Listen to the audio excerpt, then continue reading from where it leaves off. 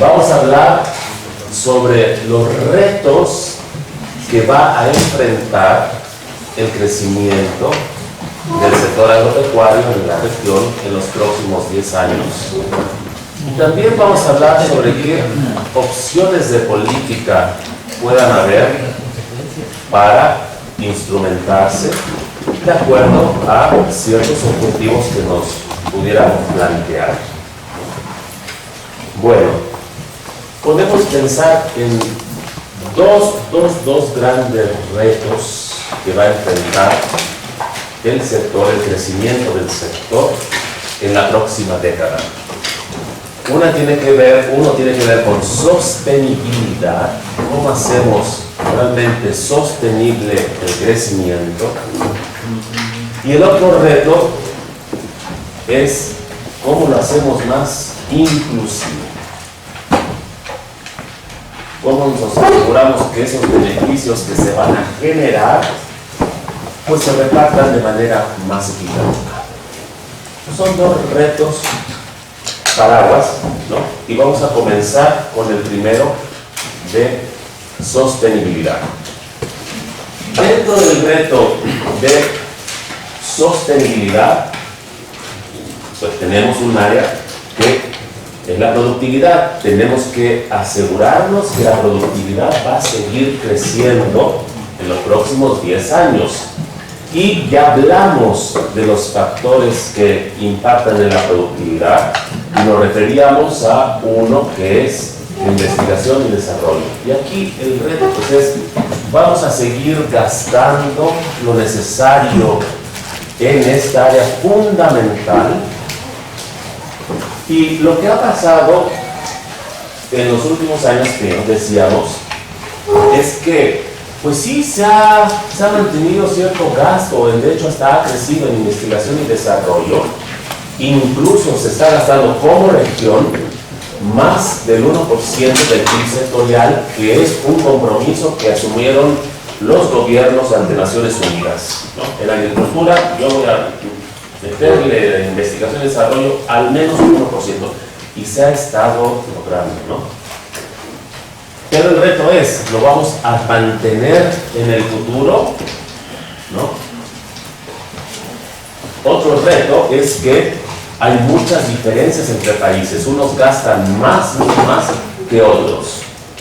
Y muchas veces, quizá el monto del gasto no sea suficiente, sino es la calidad del gasto en investigación. Por ejemplo, estamos invirtiendo en investigación sobre prácticas climáticamente inteligentes, lo suficiente, entra la duda. O que los colegas o tecnistas, estas siglas en inglés, ¿a qué se refieren?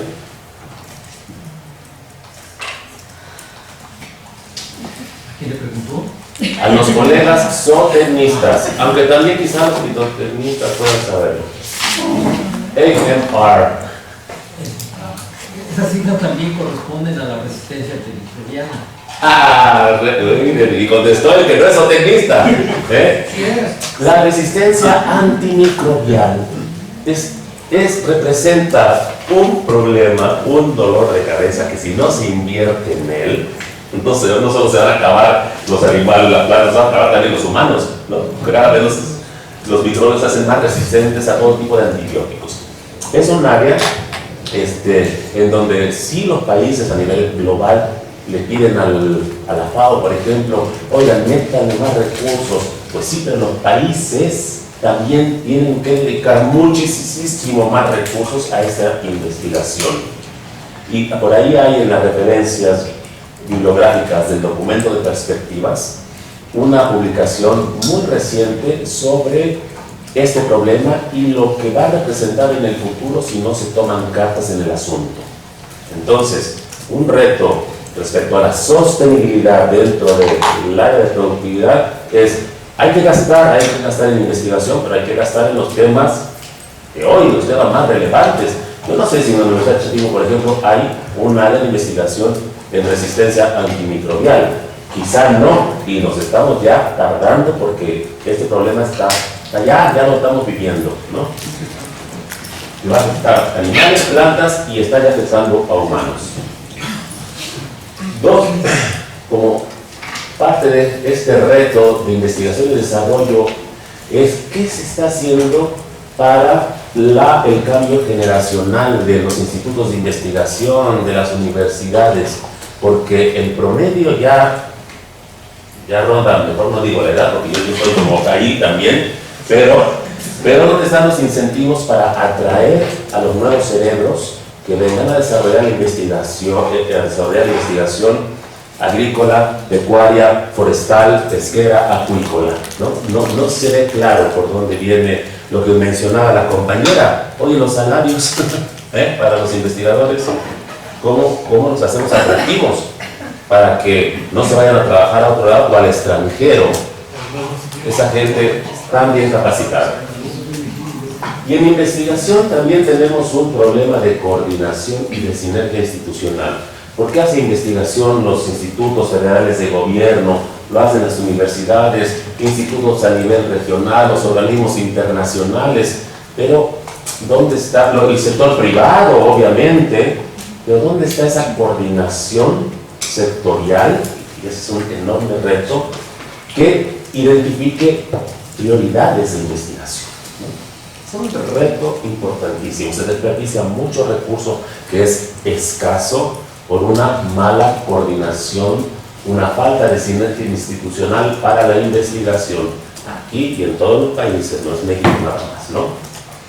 Y financiamiento también, o sea, no es suficiente por lo general que estemos gastando lo que acordamos con las Naciones Unidas, pero los requerimientos son muchos, los retos son tantos.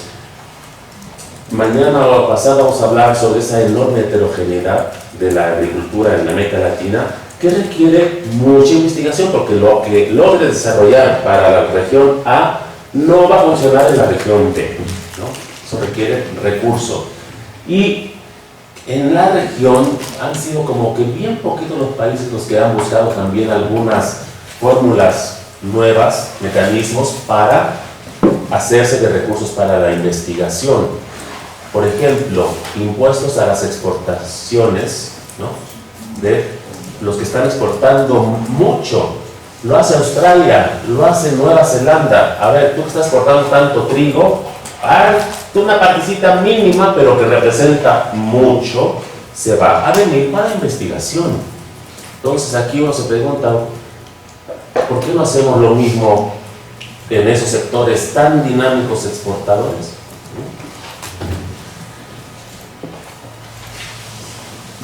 Otro reto lo representa, estamos hablando de sostenibilidad, dentro de la sostenibilidad de la productividad, y lo representa la inversión. Ya conversamos que también impacta en la productividad.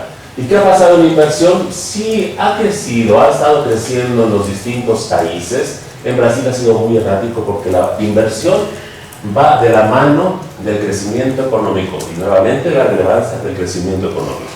No hay crecimiento, ¿cómo inviertes? Entonces en Brasil ha sido muy errático porque ha tenido estas contracciones de su economía, etc.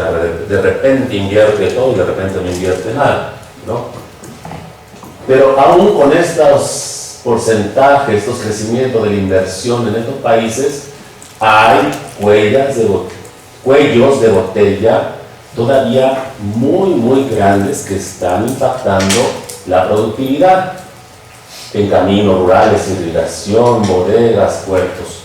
Fíjense, no recuerdo si se comenta en el documento de perspectivas, si lo incluyó o no, pero hay un ejemplo de Brasil, ya hemos hablado mucho de Brasil, soya, hemos hablado mucho de soya, pero las exportaciones de una de las regiones importantes productores de soya, Mato Grosso se llama, llevarlas al puerto de salida para exportarse cuesta 7 veces más que llevar la soya de Iowa a el puerto del Golfo de México también para exportarse. 7 veces más. Y aún así, Brasil logra hacerlo.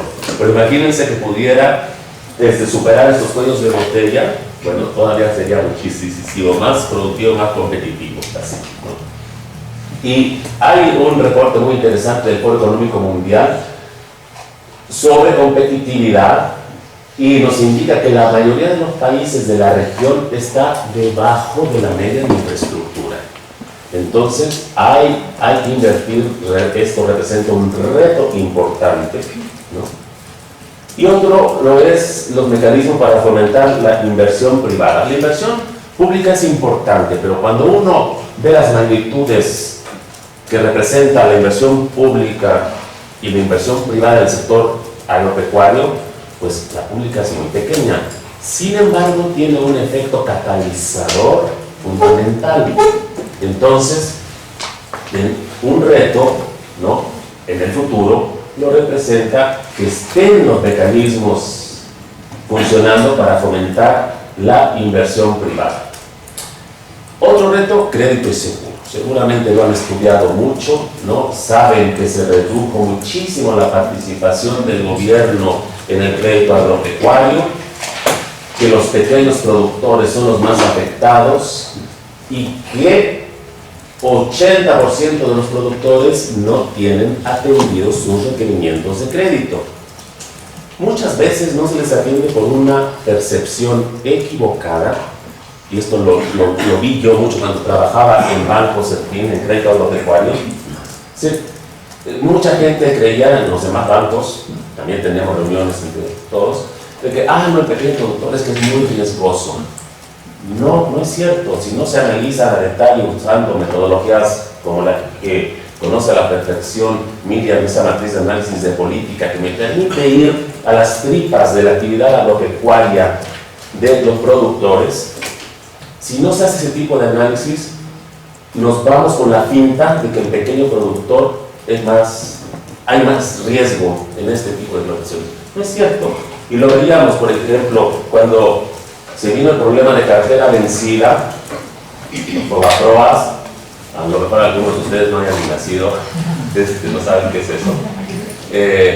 Pero, ¿quiénes eran los primeros en pagarle al banco?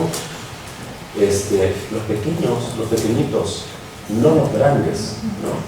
Entonces, nivel de riesgo, hay que tener todos los elementos para efectivamente decir, sí, este es más riesgoso que este, pero hay esa percepción equivocada con la que tenemos que luchar, que clarificar, ¿no? Ok. Y otro reto lo representa la coherencia y la coordinación de políticas. Esto se parece en toda la región, lo vimos N veces en toda la región.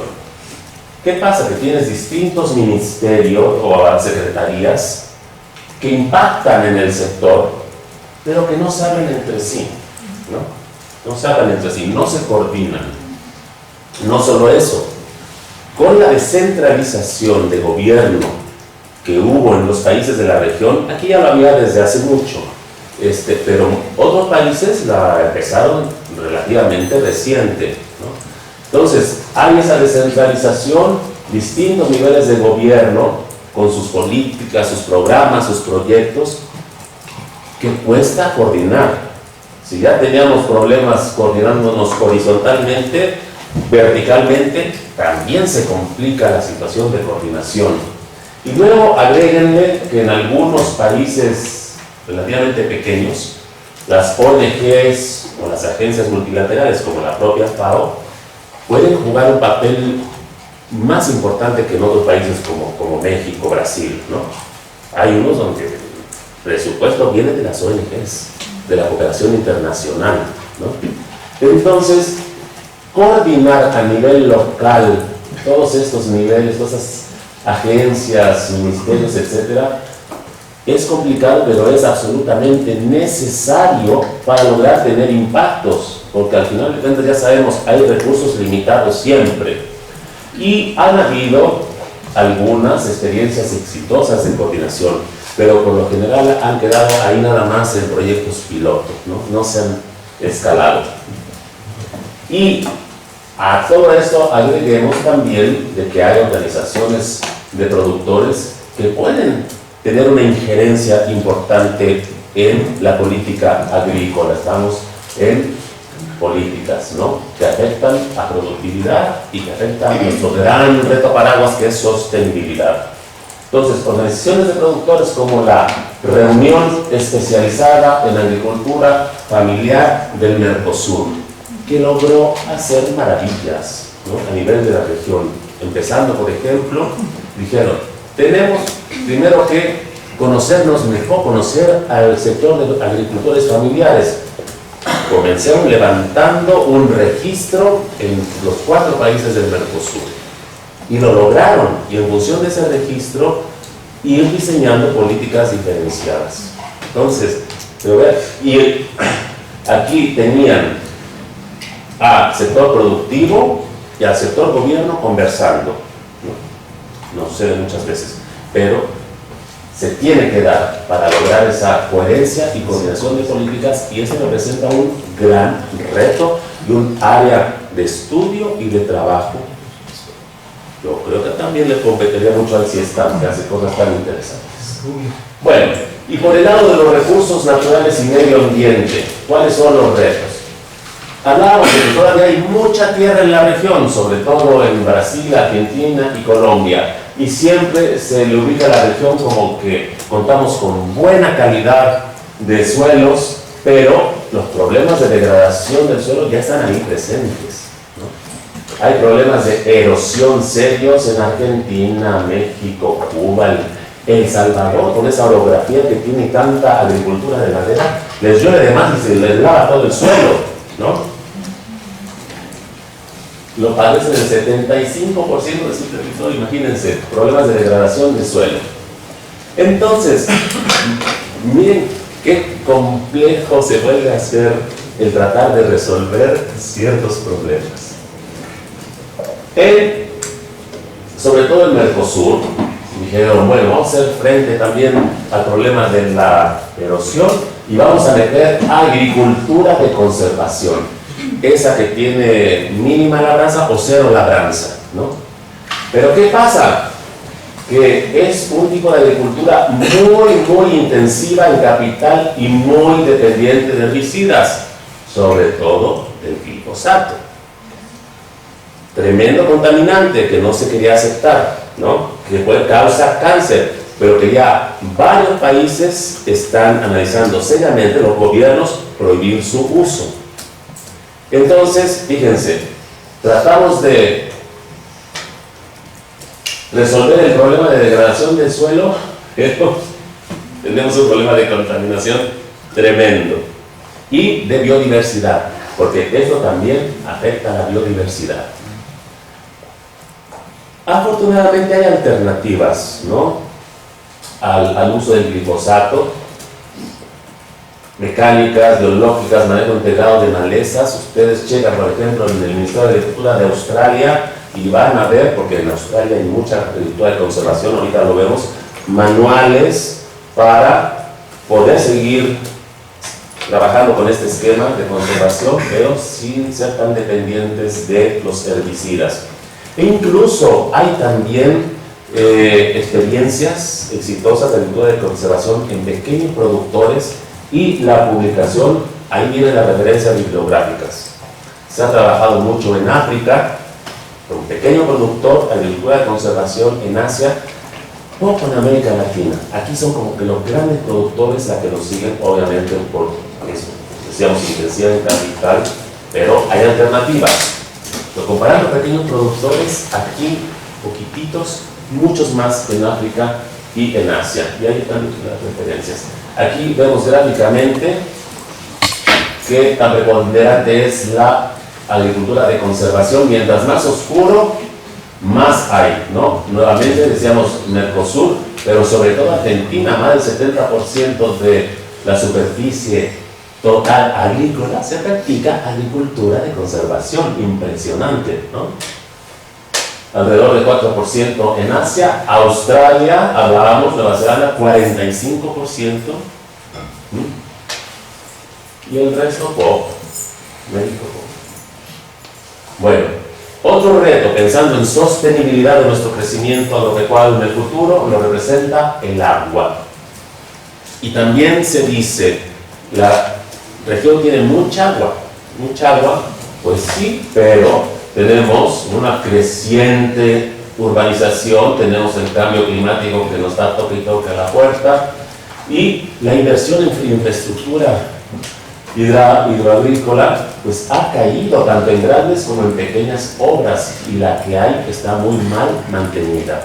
Entonces ahí hay una área de trabajo enorme que lo tenemos apenas cubierta. Bosques y deforestación.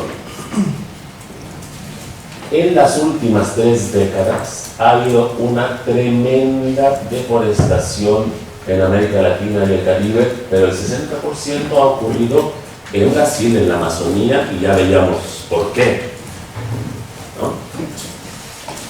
El crecimiento agrícola ha contribuido a la deforestación. ¿Qué problema hay? Pues no hay las leyes, no hay los reglamentos, no hay la capacidad de vigilancia, ¿no? De repente puedo tener ley, prohibido cortar los árboles. ¿Quién va a vigilar? ¿No? Es un serio problema. Y mis amigos forestales, ¿aquí hay ingenieros forestales? Ahí está. Exacto. Me cuentan que un serio problema es que los que toman las decisiones políticas no logran percibir los beneficios reales del bosque, ¿no? Ya sea por los sistemas agroforestales, por el servicio medioambiental, a los políticos no logran entenderlo. Hay programas de Naciones Unidas, UN Red, Red Plus, que buscan trabajar contra la deforestación y ver opciones, etc. Aquí en México hay este tipo de proyectos, pero pues tenían que crecer, ¿no? Este tipo de intervenciones y trabajar mucho en esa sensibilidad de los tomadores de decisiones, porque no le están haciendo mucho caso. Y bueno, el gran reto del cambio climático, sabemos que están habiendo sequías más prolongadas. A Chile le ha pegado ahora durísimo la zona central, las sequías, varios años de sequía, o hay lluvias más intensas, inundaciones, cambios en los patrones climáticos, en la intensidad y distribución de las plagas y enfermedades, y eso lo va a seguir habiendo y es un reto para nuestro crecimiento esperado en los próximos 10 años. Si efectivamente nos pega en la producción, la productividad del cambio climático, pero nosotros, la agricultura, estamos también contribuyendo al cambio climático mediante la emisión de gases de efecto invernadero. Lo vimos ayer. Y vean estos datos tan interesantes. Aquí tenemos una muestra de países y vemos qué porcentaje de todas las emisiones del país proviene del sector agropecuario. Argentina 44%, 38% Colombia, Costa Rica 37%, El Salvador 22%, Granada, que no produce casi nada. México 12% de todas sus emisiones de gases de efecto invernadero provienen del agro. Nicaragua 11%, Perú 19%, Uruguay 75%. Y aquí lo ven desagregado el sector agrícola y el sector ganadero. A nivel global decíamos que 24-25% de todas las emisiones a nivel mundial provienen del sector agropecuario. Entonces, obviamente, decíamos, hay compromisos de los países. Y cuando Uruguay diga, no, sí, yo tengo que reducir, pues ahí va a haber un impacto importante en el sector pecuario, ¿no? El sector agrícola también. Y esta gráfica las habíamos mostrado para ver cómo América Latina lidera en cuanto a emisiones de gases de efecto invernadero en cuanto a ganadería. Y en el caso de Brasil, vean cómo ha crecido la emisión de gases de efecto invernadero. Aquí se descompone de acuerdo a distintas fuentes, ¿no? Quema de sabana, fermentación entérica, estiércol, fertilizantes sintéticos, manejo del estiércol y estiércol dejado en carrera. De lejos es la fermentación entérica la principal fuente de emisión de gases de efecto invernadero en Brasil. Colegas zootecnistas, para los que no lo somos, cuéntenos qué es la fermentación entérica. pierden los procesos No se vale el zootecnista economista que está. Ni el economista que se cree sociólogo. Ni el sociólogo. Zootecnistas, que es la fermentación entérica. ¿Eh? No vale tampoco el sociólogo. Había un montón de zootecnistas. Es la fermentación que ocurre en el rumen de todos los alimentos, sobre todo forrajes que consume el animal, a cargo de bacterias. Ajá. El rumen de los rumianos. Y que al estar haciendo esta digestión se libera gas metano. Gas metano, ¿no?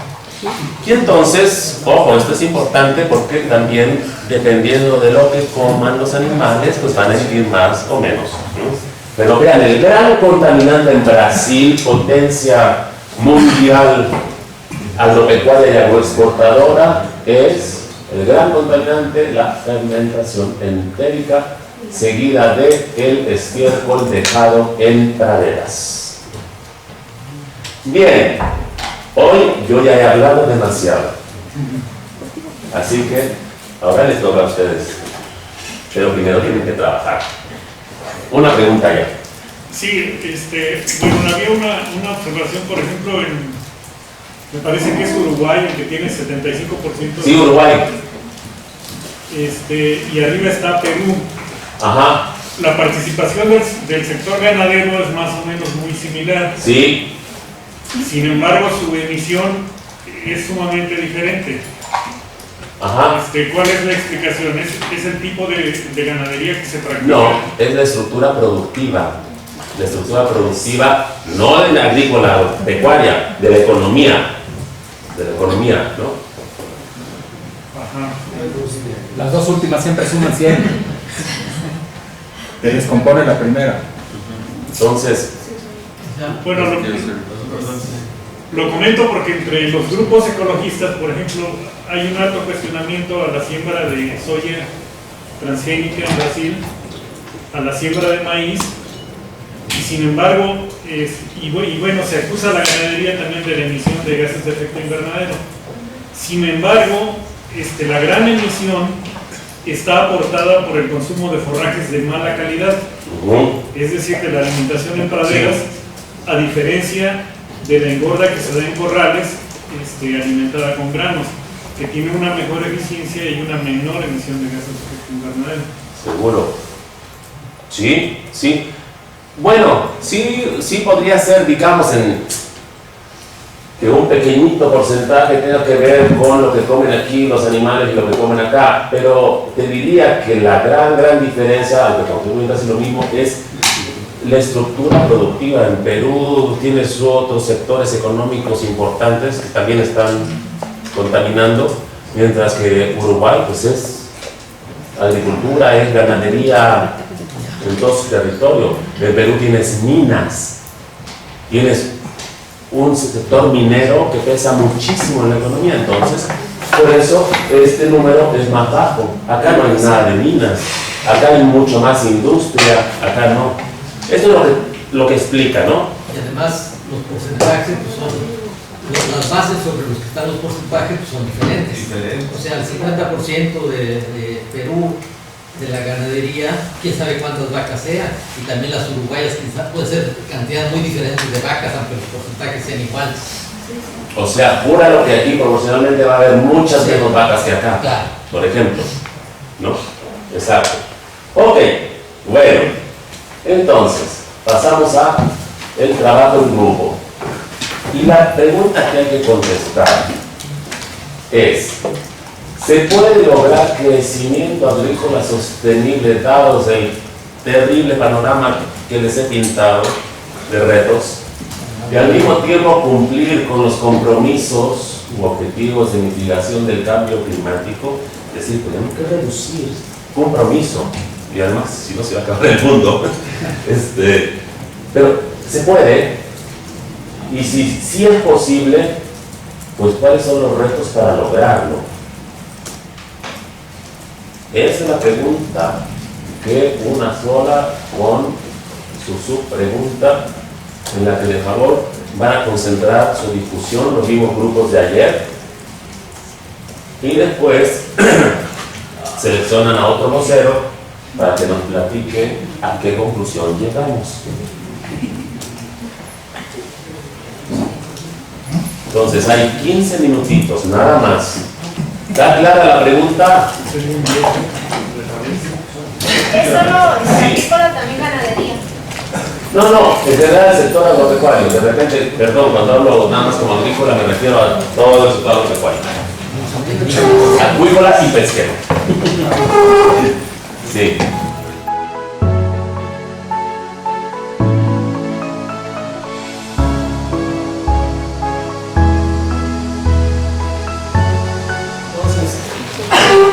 Estuvimos hablando de que el crecimiento de la producción que se espera para los próximos 10 años de la zona agropecuaria va a enfrentar grandes retos. Un gran reto es el de la sostenibilidad. Entonces vimos todos los, llamémosle sus retos, que van a estar ahí presentes. Y ahora vamos a ver si se puede lograr crecimiento agrícola sostenible y al mismo tiempo cumplir con los compromisos de mitigación del cambio climático, dado que el sector agrícola emite, es un gran emisor de gases de efecto invernadero. Y si es posible, ¿qué retos tenemos que abordar para lograr este crecimiento sostenible? Entonces, grupo 1, ¿a qué conclusión llegaron? ¿Quién es el vocero? Nos presentamos, por favor.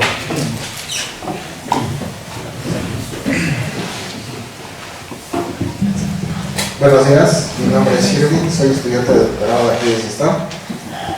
Nosotros decimos de que sí podemos llegar al 2050, 2100, no sé ya, pero hay que hacerlo también. Primero, lo principal, ¿no?, es elevar la productividad. ¿Esto cómo lo hacemos? Bueno, a través del tiempo hemos visto de que producir antes 20 litros de leche era algo magnífico, ¿no? Ahora tenemos vacas que te producen 50, 60 litros, casi consumen lo mismo y lo podemos hacer a través de la genética, ¿no?, a través del mejoramiento genético. El problema es de que ha aumentado la cantidad de leche y ha aumentado la cantidad de animales. Ahora bien, lo que queremos principalmente es proteína. ¿Y cómo podemos obtener esa proteína? Por ejemplo, tenemos lo que es la conversión alimenticia de una vaca que es 8:1 contra pescado que es 1:1. O sea, más que nada sería, en lugar de consumir una vaca, mejor comemos 1 kilo de pescado. Ajá. Otro punto importante es los cereales, que es algo fundamental, que requiere nitrógeno. El nitrógeno es un problema importante. ¿Cómo en la actualidad está? Es a través de nitrógenos químicos, ¿no?, de forma natural. Sería irse más que nada por la parte de microbiológica para lograr que a través de el estiércol transformarlo para no usar tanto el nitrógeno químico. Y la otra parte es el agua. Se comentó de que, por ejemplo, en Estados Unidos se ocupan las aguas grises para, por ejemplo, frutales, donde el agua no está en contacto directamente con el fruto, mientras que para, por ejemplo, la lechuga, las fresas y todo eso necesita agua azul, o sea, agua limpia. Y movernos más que nada en consumir ese tipo de alimentos, más frutas, donde el agua que utilicemos sean las aguas grises y no tanto las aguas azules para el consumo humano. Y así podemos tener otro tipo de alimentación con los recursos que aún disponemos y no sobreexplotarlos.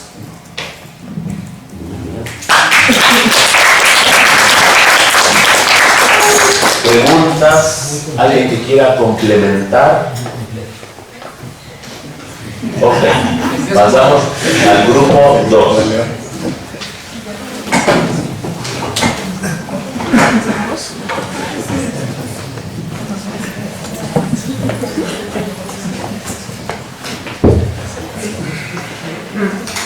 Hola, mi nombre es Karen y soy estudiante de maestría.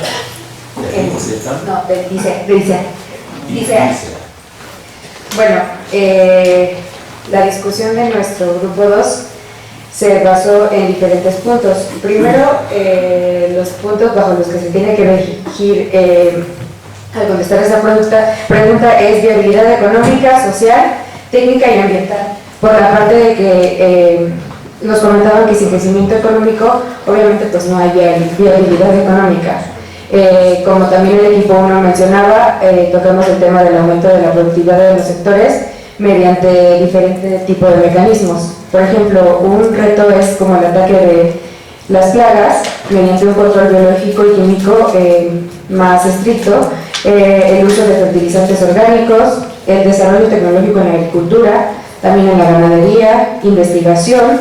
En este caso, un compañero tocaba el tema que el compañero anterior hablaba sobre la producción de carne, que ahora se utiliza menos ganado para producir la misma cantidad de carne que hace algunos años.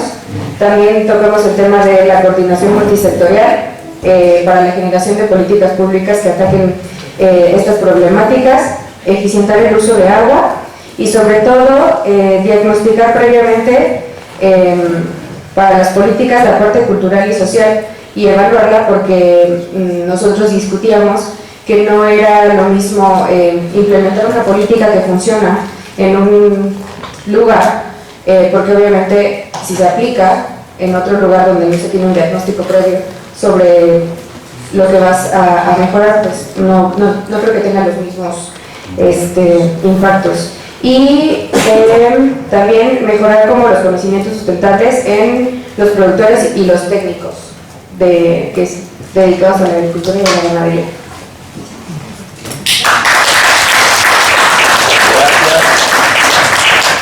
¿Alguien más quiere complementar?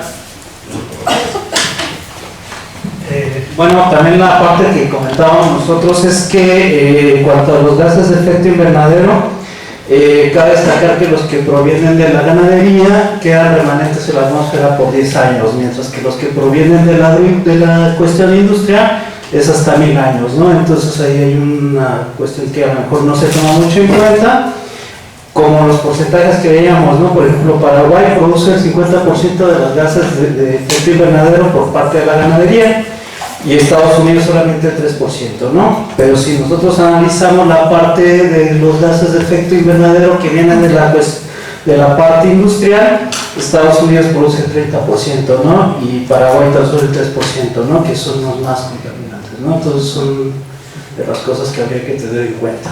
Okay. Y ver los volúmenes absolutos, ¿no? Porque Estados Unidos obviamente que va a emitir como 800 veces más que Uruguay, ¿cierto? Ok, grupo número 3.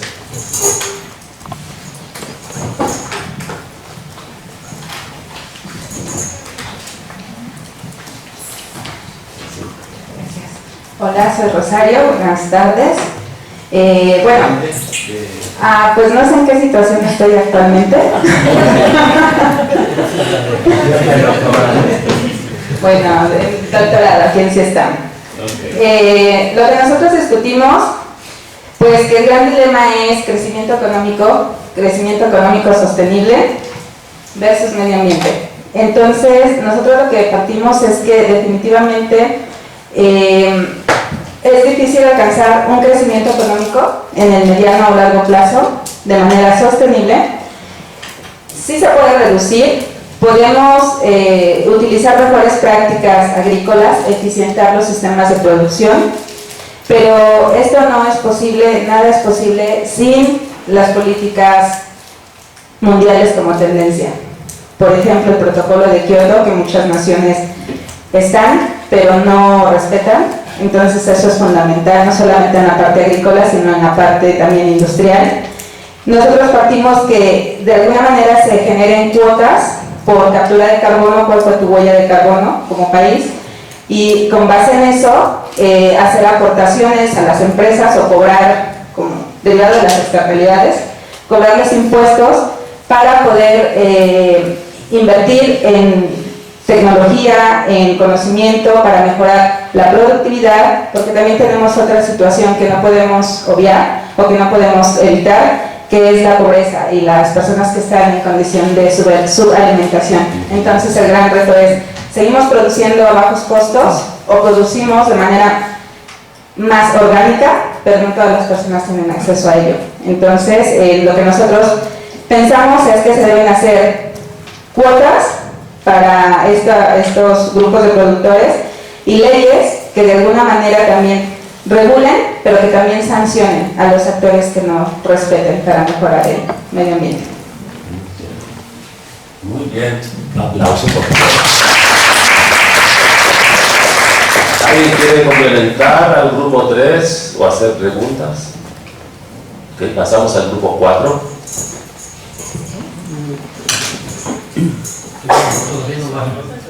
No,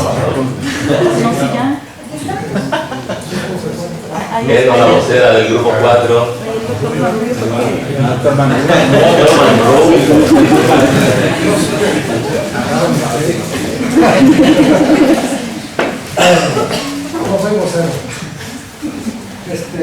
El equipo de entrada empezaron con una posición muy pesimista y dicen que la respuesta es no. Y no porque al final los principales emisores no están comprometidos, no salieron del Pacto de París, dicen pues no, así no. Por eso es lo que realmente está ocurriendo, pero el deber ser, digamos, es que figura, si no sería viable la existencia de la humanidad. Entonces, sí, pero para ello se tienen que crear varias condiciones. Uno, que las grandes potencias y los emisores principales, empezando por Estados Unidos, por China, India, pues se comprometan en este tipo de pactos, ¿no? Esta es una primera condición. La segunda es, emulando el caso de Italia. Italia acaba de introducir dentro de su matrícula escolar desde primaria la materia de cambio climático, que se hablan del tema de emprender una política educativa centrada en cuestiones de mitigación y adaptación al cambio climático, ¿no? Desde kinder, para empezar a modificar hábitos, cultura, ¿no? Tres, pues un cambio en las prácticas agrícolas, ¿no? Y en la regulación de uso de productos agroquímicos, pesticidas y todo eso, ¿no?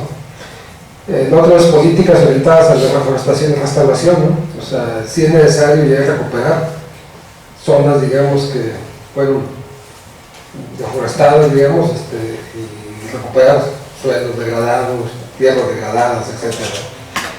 Cambio de hábitos de consumo, temas que a la hora de tomar decisiones de consumo se toma en cuenta, aparte del tema nutricional, que eso ponen las etiquetas, por ejemplo. No todo el tema etiquetado se diga mal el tema nutricional, pero que también hay una etiqueta que tenga que ver con huella ecológica, huella hídrica, etc., ¿no? Para que también considere los elementos nutricionales y el tema de huella. La adopción de la economía circular, o sea, más prácticas que lleven a menos desperdicios, etc. Diseño de políticas públicas de investigación y publicación de guías, digamos, que tengan base científica. Ahorita también hay muchas contradicciones en cosas que se dicen. El tema de la coordinación de políticas y organismos para diseñar políticas de carácter de corte multidimensional, ¿no? Ya no son temas de tipo sectorial, ¿no? Y la última, la nueva, dicen que el PEC deje de traquear lo que está proponiendo, ¿no? Porque todo lo que digamos va en contra de lo que el PEC está diciendo hoy en día, el gobierno, su refinería, apostar a las plantas de fertilizantes, o sea, en sentido inverso a lo que se debía hacer. Un aplauso. ¿Alguien quiere complementar o preguntar?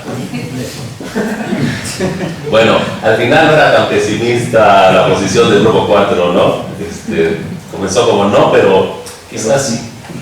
Y realmente, al parecer, de acuerdo a los que han estado estudiando el tema, pues nos dicen que técnicamente sí es factible crecer de manera más sostenible e incluso cumplir con estos compromisos de mitigación del cambio climático, como mediante lo que llaman agricultura climáticamente inteligente, la cual se basa en 3 pilares.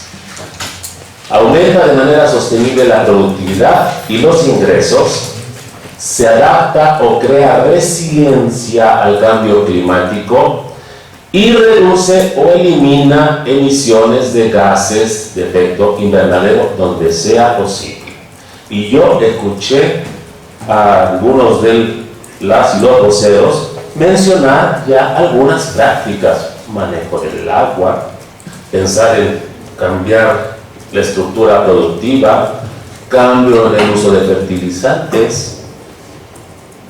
Y los estudiosos dicen que de hecho hay cientos de ejemplos de prácticas de agricultura climáticamente inteligente. Entonces, ¿quién ha trabajado mucho el tema? El CIAT y el Banco Mundial. Y aquí va una brevísima introducción para lo que vamos a escuchar el viernes, las dos primeras sesiones. Este va a ser el tema, pero acá va nomás una breve introducción. Entonces, el Centro Internacional de Agricultura Tropical, el Banco Mundial, conjuntamente con algunas instituciones nacionales, estudiaron, estudiaron la inteligencia climática de algunas prácticas agrícolas, según 6 criterios que ellos establecieron y que después incluso aumentaron a 10. Pero esos criterios al inicio fue el uso eficiente del agua, y aquí lo escuchamos, ¿no? Impacto en las reservas de carbono, también lo escuchamos. Eficiencia en el uso de nitrógeno, uso de la energía de combustibles fósiles, reducción de riesgos relacionados al clima y promoción del conocimiento local. Con base en esos criterios, ellos estudiaron 10 países y calificaron 304 prácticas agropecuarias climáticamente inteligentes. Nuevamente, ejemplos: el manejo del agua, tolerancia de cultivos de estrés, cultivos intercalados, pero escuchamos también genética en los animales, tipo de alimentación de los animales también, ¿no? Y estas prácticas que se utilizan en 68 sistemas de producción que son relevantes para esos 10 países, ¿no? No se pusieron a estudiar la producción de cempasúchil, por ejemplo. No, sistemas importantes: el maíz en México, frijol, la milpa, etc. Y entonces, bueno, lo que nos dicen es, hay el conocimiento, están ahí las prácticas que permiten hacer este crecimiento agropecuario, pero de manera sostenible y contribuyendo a la mitigación del cambio climático. Nos dicen, sí es posible, pero tenemos un tema de adopción. Y entonces ya algunos compañeros también mencionaron, el tema de políticas, ¿no? Hacían referencia de repente al aspecto más macro, sí, obviamente, influye, pero también al aspecto más micro. Y lo que veían estos estudiosos es que los pequeños productores son los menos propensos a adoptar prácticas agrícolas climáticamente inteligentes y que hay grandes diferencias regionales. ¿Cómo resolvemos esto? ¿Cuál es el reto? Pues a través de políticas que incentiven la adopción de prácticas climáticamente inteligentes. Y si ustedes quieren meterse más a fondo en el tema, aquí hay ejemplos, vienen en la bibliografía. Este es una síntesis que salió apenas el año pasado, no hace ni un año, y donde se analizan no solo se presentan los estudios de caso de América Latina, de Colombia, México, sino también lo que se hizo en África, Asia y en nuestra propia región. Pero les digo, vamos a trabajar este tema mucho más a fondo el viernes. Bueno, entonces, ¿cuál es el punto de partida para realmente aplicar este tipo de prácticas? Y también lo mencionaron ustedes, pues el compromiso político de los gobiernos. De ahí parte todo, Pero integrar de manera efectiva esas prácticas climáticamente inteligentes, el cambio climático dentro de la política agrícola, pues enfrenta los retos, uno, de que estas 300 y tantas prácticas que estudiaron, más pueden haber muchos más, hay que, y también lo mencionaron ustedes, hay que tropicalizarlas, hay que llevarlas a las condiciones locales que varían muchísimo en un solo país, ¿no? De región a región, subregión a región, y eso demanda recursos, ¿no? Compromiso de los dirigentes. Y también un reto que hay que vencer es el romper con esos enfoques meramente productivistas o meramente ambientalistas, porque al final los tenemos que fijar en todo.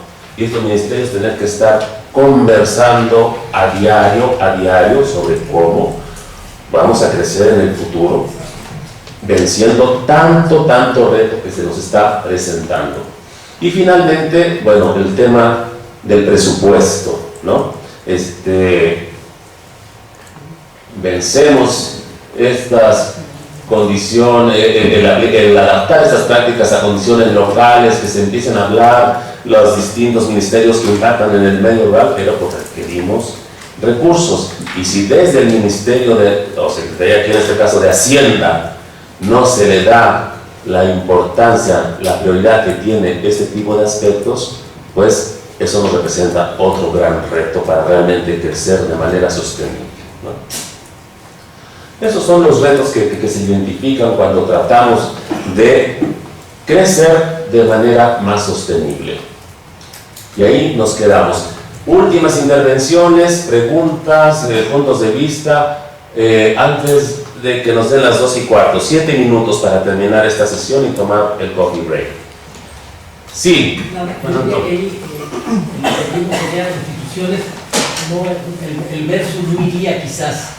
Si se trata de resolver cómo ser utilista cuidando del ambiente, más que un enfrentamiento. El medioambientalista pues es tan extremo como el utilista. Exacto, y se busca precisamente romper esos enfoques, te va por acá, por allá. No. Sí, no es el versus, ¿no? Sino que se tiene que. O sea, actualmente el reto lo representa el versus, de que ese es el reto, eso es lo que hay que romper. Es producción y cuidado del medio ambiente. Exactamente. Proteger, prosperar y producir. Proteger, producir y proteger. Producir, proteger y prosperar en el medio ambiente. La triple P. Producir, proteger y prosperar.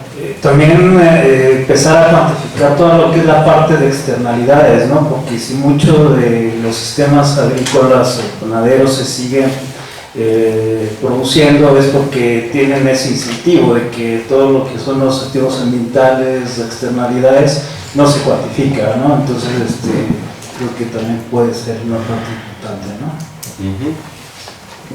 Sí, normalmente no se toman en cuenta estas externalidades medioambientales, comercial. Esa es la metodología que estuvimos aplicando con Miriam en los 90, matriz de análisis de política, que al inicio no lo contemplaban, por ejemplo. Posteriormente ya ustedes pueden aplicarla y medir externalidades medioambientales, ¿no? Por sistemas de producciones diferenciados. Hay las herramientas, pero no se usan.